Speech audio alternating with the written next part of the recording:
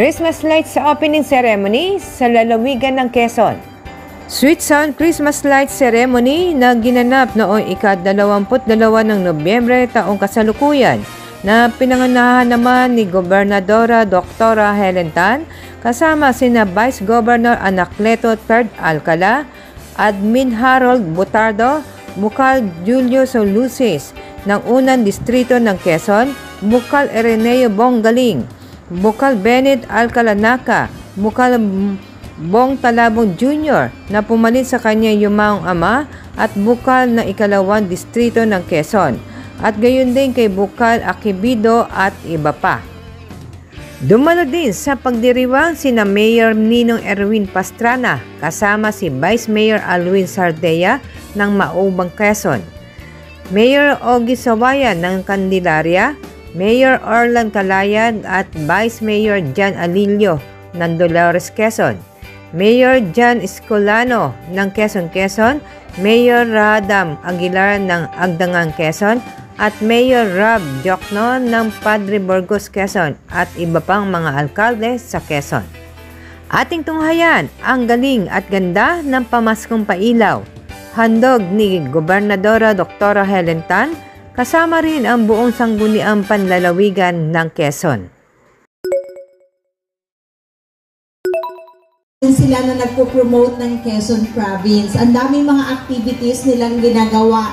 Hindi lang po sa Quezon, but may mga partners po tayo na mga tour operators na sila mismo sinasama po nila ang Quezon Province pagdating po sa Calabarzon. So maraming salamat po sa inyong lahat.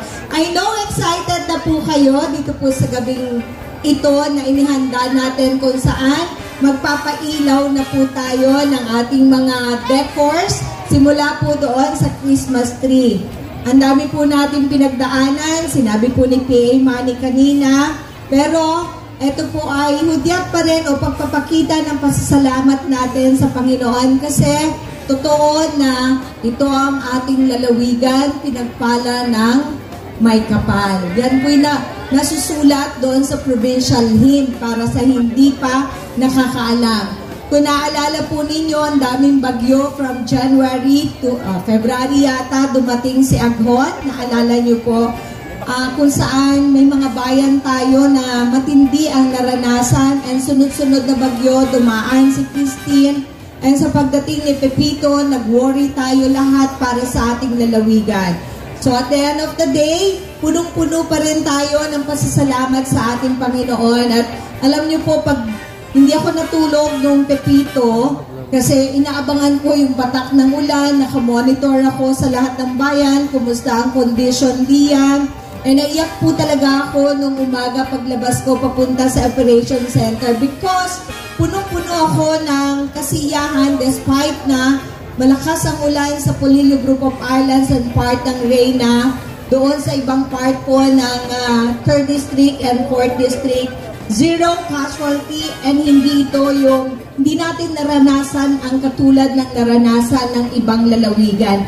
Even doon sa Christine Typhoon, kung nakita nyo po sa buong bansa, yung mga nakaranas ng matindi na pagbaha at pagbubuwis ng buhay dahil po sa landslide, di natin na ranasan yan. Kaya, ito po ay ating pamamaraan para ipakita sa Panginoon na tayo ay nagpapasalamat sa Kanya. So, ang ating pong hiling sa inyo, kung kayo po'y nananalangin everyday, sasambit ng panalangin, kahilingan para sa kaligtasan ng ating lalawigan at ng ating bansa. So, sa mga susunod na araw, kayo po ay po pwedeng bumisita sa mga nanonood po ng live.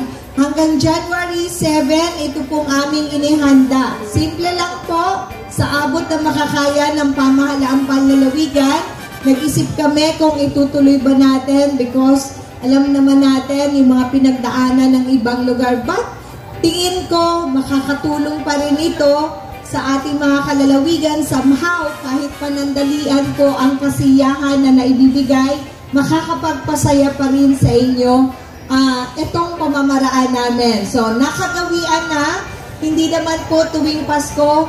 Pag nandito po kayo sa Kapitolyo, pag tumatanaw po ako dyan sa bintana, early in the morning, pagpasok ko po, ang daming tao dito sa park.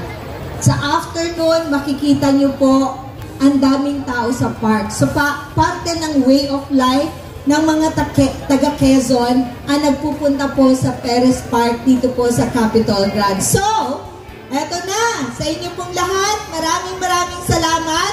Sabi ng tema ng ating Christmas ID ngayon, noong 2022, nakalagay doon, Christmas Healing.